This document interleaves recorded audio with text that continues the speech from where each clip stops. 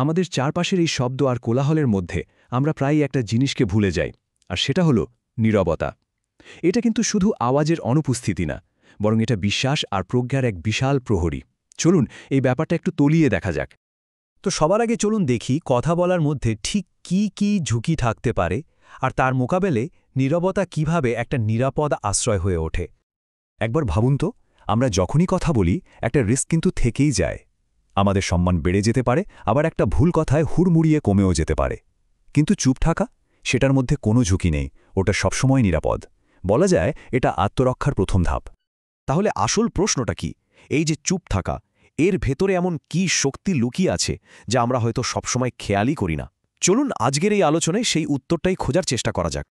দেখুন, নীরবতার সবচেয়ে গভীর দিকটা কিন্তু এর আধ্যাত্মিক তাৎপর্য। চলুন দেখা যাক কিভাবে এই সাধারণ অভ্যাসটা সরাসরি আমাদের বিশ্বাসের সাথে জড়িয়ে আছে।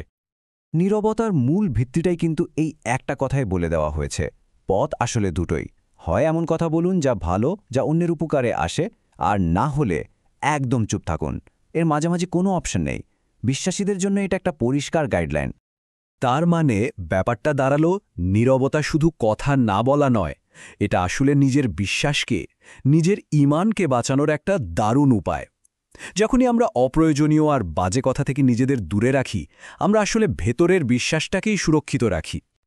আচ্ছা, আধ্যাত্মিক দিক তো গেল, এবার একটু আমাদের প্রতিদিনের জীবনে ফেরা যাক।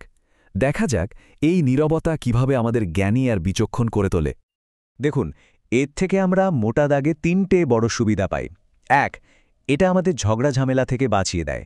2, এটা আমাদের জ্ঞান বাড়াতে সাহায্য করে। আর 3 নম্বরটা হলো, এটা আমাদের মনে একটা শান্তি এনে দেয়। চলুন প্রত্যেকটা নিয়ে একটু ভাবা যাক। এই উপমাটা অসাধারণ, তাই না? কথা অনেক সময় আগুনের মতো, একটা ছোট্ট স্ফুলিঙ্গ থেকে দাবানল বাঁধিয়ে দিতে পারে। আর অন্যদিকে নীরবতা হলো ঠিক পানির মতো, যা সেই আগুনটাকেই নিভিয়ে দেয়। যখন পরিস্থিতি গরম থাকে, তখন চুপ করে থাকাটাই কিন্তু সবচেয়ে বড় প্রজ্ঞার কাজ। এরপর আসে জ্ঞান অর্জনের ব্যাপারটা। জ্ঞানী মানুষেরা কিন্তু সাধারণত একটু কম কথা বলেন। কেন? কারণটা খুব সোজা। আমরা যখন চুপ থাকি, তখন আমাদের শোনার আর চারপাশটা ভালো করে দেখার একটা সুযোগ তৈরি হয়। আর যত বেশি শোনা যায়, তত বেশি শেখা যায়। আর সবশেষে আসে ভেতরের শান্তি। চুপ থাকার অভ্যাসটা আস্তে আস্তে মনকে শান্ত করে, এটা রাগ কমিয়ে দেয় আর ধৈর্য বাড়াতেও দারুণভাবে সাহায্য করে।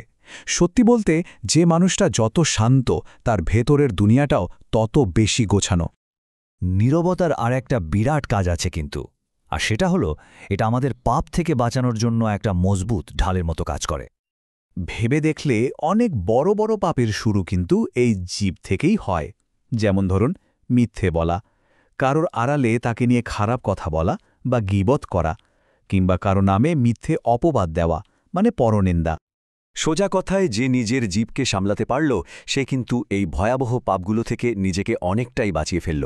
আর এই কাজটায় নীরবতার চেয়ে ভালো কোনো অস্ত্র হয় না।